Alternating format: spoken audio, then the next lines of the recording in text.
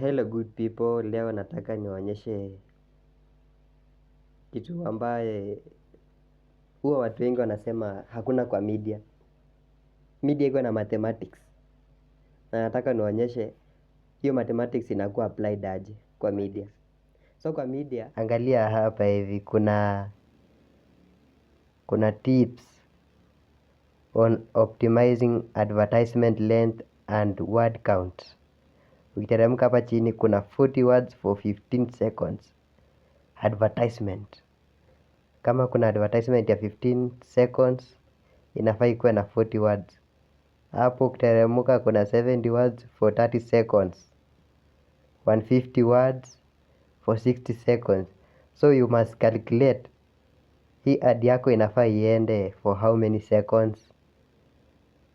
Ukijua inaenda how many seconds, you can know the words that you are going to use during your advertisement. Leo nimewaelimisha kidogo. Munipigie makofi.